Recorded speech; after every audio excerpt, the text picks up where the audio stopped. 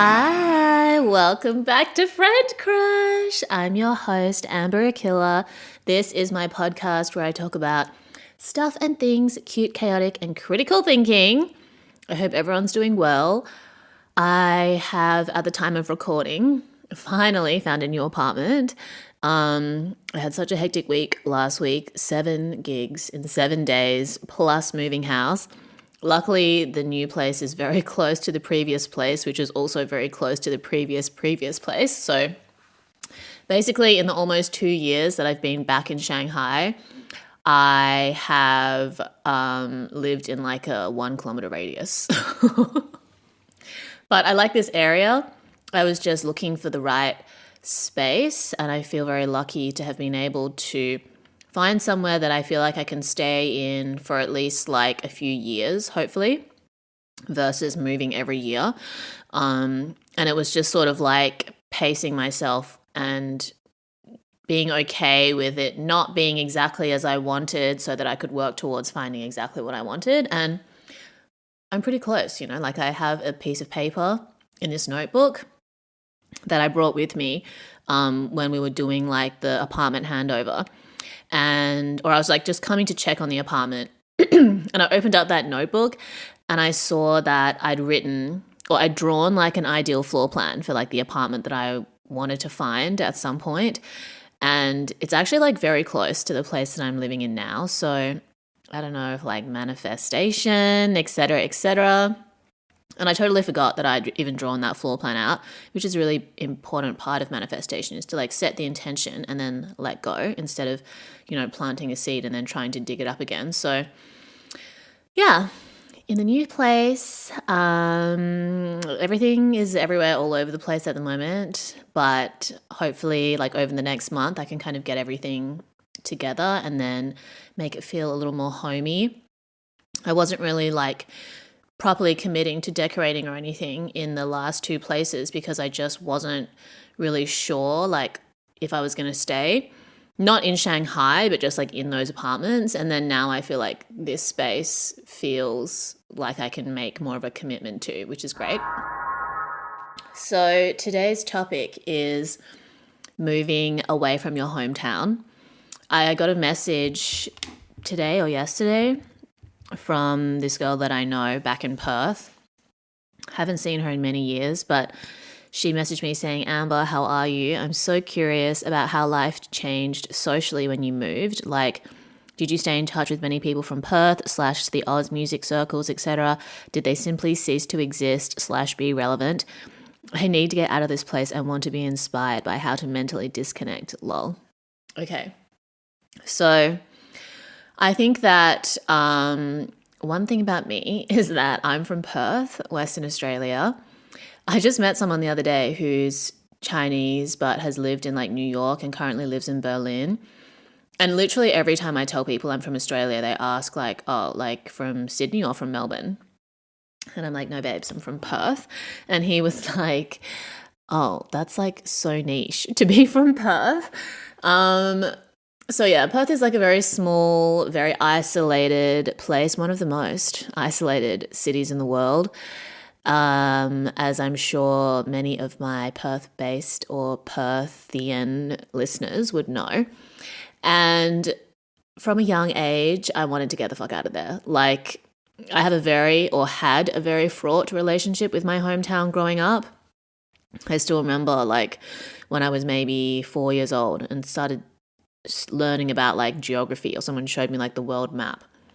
And I was like, they're like, yeah, this is where we are. I was like, okay. And then I looked at all the other countries and I was like, well, why aren't I in any of those other places? Like, why am I here? And I would beg my mom when I was younger to move. She had mentioned like, oh, she might be moving to Sydney for work. And I would always ask her like, so when are we moving to Sydney? When are we moving to Sydney? Like, can we leave? When are we going to leave? And my mom loves Perth and she loves the area that I grew up in, which she still lives in to this day. She's like, I'm going to die here. My ashes will be spread in the ocean and the river. And I remember so clearly as well being at the beach with my mom and being like, when can I leave this place? And she was like, look around you. You don't realize it now, but one day you'll be so grateful to have grown up here. This place is so beautiful you don't even realize. I was like, what do you mean? It's just sand. She was right though, but we'll get to that later. But yeah, basically like I had a very fraught relationship with my hometown growing up. Obviously, there were really great things about growing up there, but for a really long time, a lot of the negative experiences that I had there would overshadow the positive ones. And especially in my like early 20s, as I left high school, went into university, and then moved away for the first time when I was like 23, I think, to Shanghai. It was like a lot of processing for me to like transition. I don't really know how to describe it because it's like I was so ready to leave and I didn't give anyone an opportunity to question my decision to go because I'd already like finished high school. I did a 6-year university degree with only half a year, like one semester study abroad in Beijing, which is when I decided I would move to Shanghai when I graduated. And there was just like no part of me was even entertaining staying there when I left because I wanted to leave from like such a young age. And I was like waiting and like appeasing everyone around me, making sure that I finished my degree for my mom, which I don't regret, so that I could finally be like, okay, I don't owe anyone here anything. Goodbye. And yeah, I think like growing up, a lot of the people around me would usually move to Melbourne or Sydney, if not other places in Australia, then Western cities like London or New York or LA or even Paris. Like those are the sorts of places that people would aspire to move to. So I just kind of by default always thought that I would go to those places too. Oh, also Australians love Canada. So I just always thought like, oh, yeah, I guess I'll try to like move to the UK or the US because I don't see a point in like moving to Sydney or Melbourne. And then like I'd been to Beijing a lot, but had never really thought about moving there. And then when I was in Beijing for study abroad, I visited Shanghai twice. And those trips just sort of like solidified the possibility of moving to Shanghai when I finished university. I can't really describe to you what that feeling is. It's just like, oh, okay, I'm just going to come here instead of all the other places that I was like kind of putting my attention, energy towards. I'm just going to come here. Like I used to want to be a fashion designer when I was growing up. I wanted to go to fashion school or art school. And my mom was like, you'll never make money if you study design. Finish your law degree. And then if you want, you can go to fashion school after. So I was like thinking of applying to Parsons or thinking of applying to Central St. Martin's up until the point where I visited Shanghai in 2016.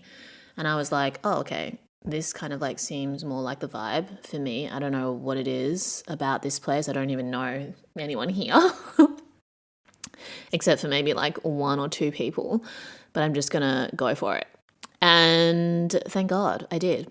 And then like, you know, the beginning of my kind of like adult life began in Shanghai. I graduated university.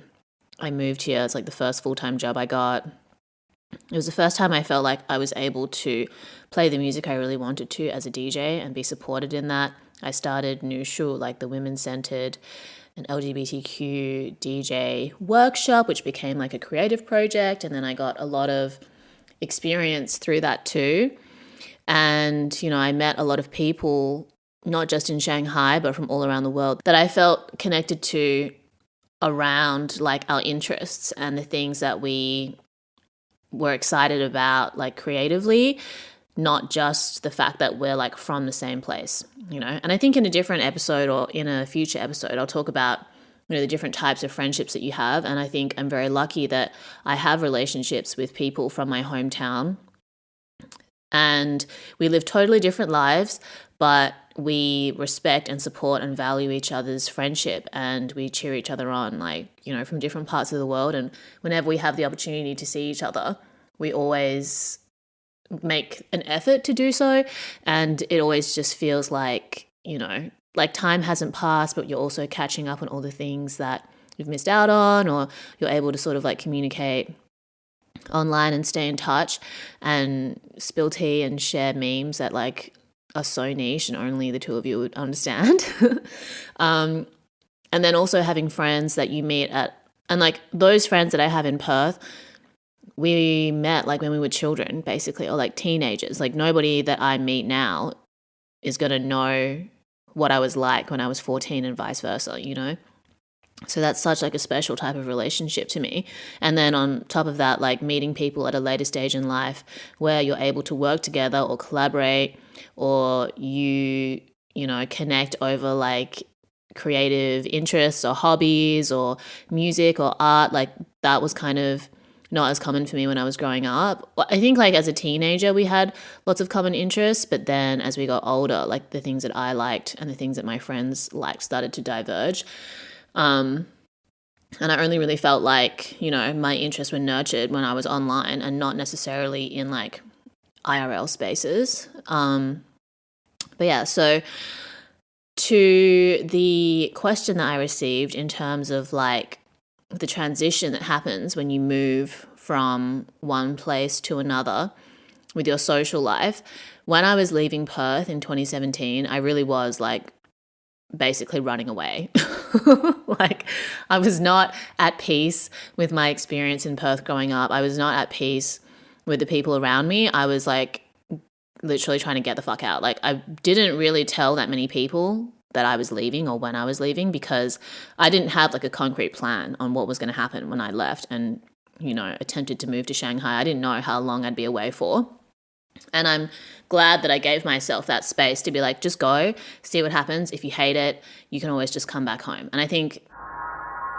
Thank you for tuning in to this episode of Friend Crush with Amber Akilla. The full episode is available with a podcast subscription. You can subscribe to Friend Crush with Amber Akilla following the link in the podcast description or in the podcast profile page. Subscribers get access to selected full episodes and also voice memo episodes. That's where the real tea is, unhinged and chaotic. Thank you in advance for supporting. Send me your thoughts and feelings as always. Sending love and slay your way. Stay hot and having fun. Drink lots of water. Tell your friends and family you love them. Follow the link to subscribe.